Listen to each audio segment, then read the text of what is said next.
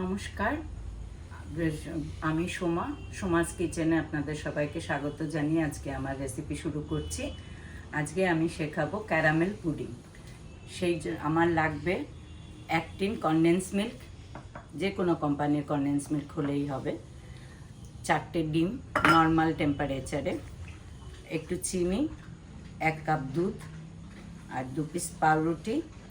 আর আমি আগেই এখানে একটা স্টিলের বাসনে চিনি দিয়ে ক্যারামেল বানিয়ে রেখে দিয়েছি। আর লাগবে এখানে পুডিং করার জন্যে একটা বাসন।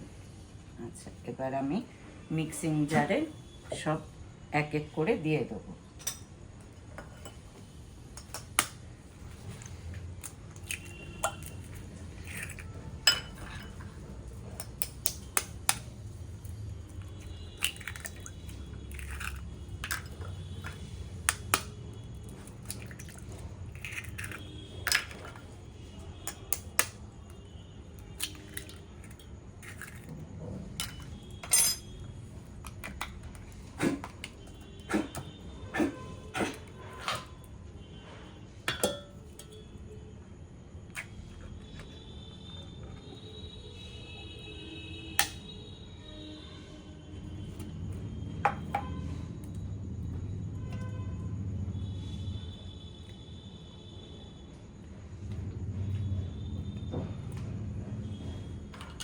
আমি ভালো করে একদম পুরো কনডেন্স মিল্কটা এখানে ঢেলে দেবো।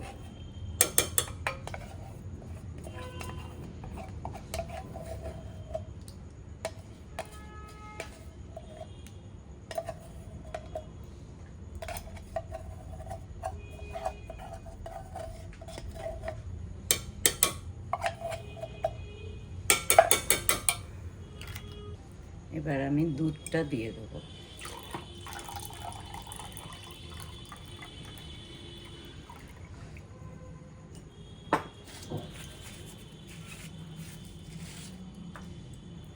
পাউরুটিটাকে ছোট ছোট টুকরো করে করে দিয়ে দেবো।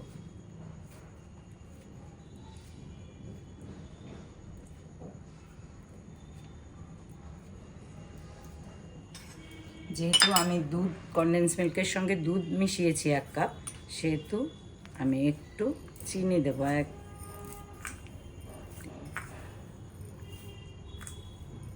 5 চামচ চিনি দিয়ে দিলাম। এবার আমি দেব 1 চামচ গোলাপ জল।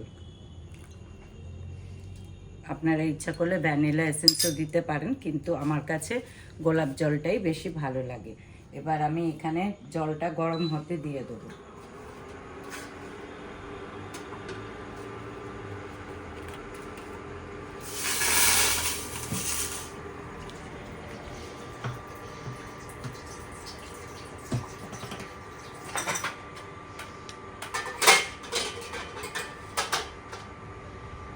আপনারা চাইলে একটা ছড়ানো কড়াতে করেও করতে পারেন, কিংবা প্রেসার কুকারে করে।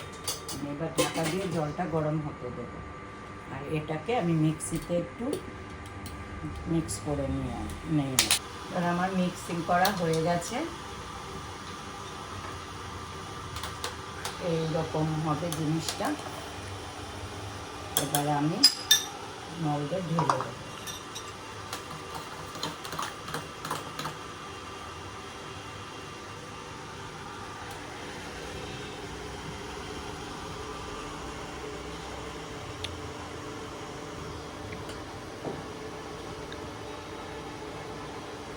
আমার এটা আরেকটু রয়ে গেছে, এটা আমি আরেকটা পরে ছোট ইয়েতে বানিয়ে নেব।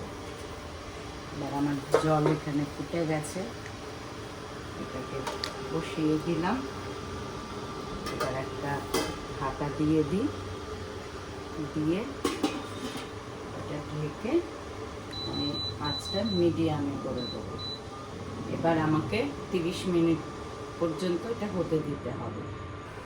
এবার 30 মিনিট আমার হয়ে গেছে। এবার আমি এই ঢাকনাটা খুলে দেখবো আমার এটা হয়েছে কিনা।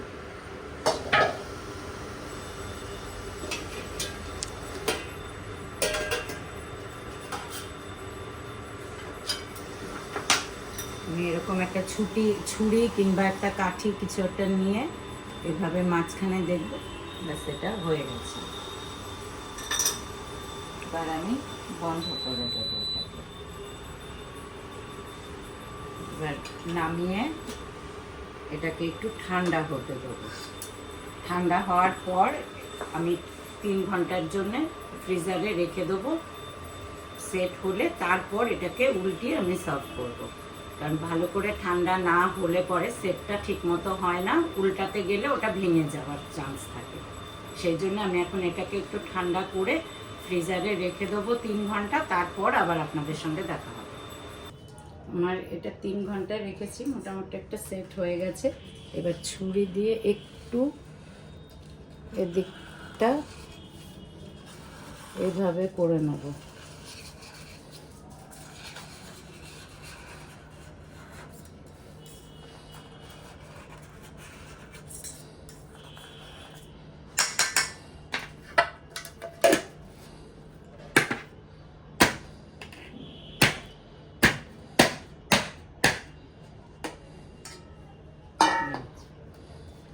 হয়ে গেল আমার পুডিং।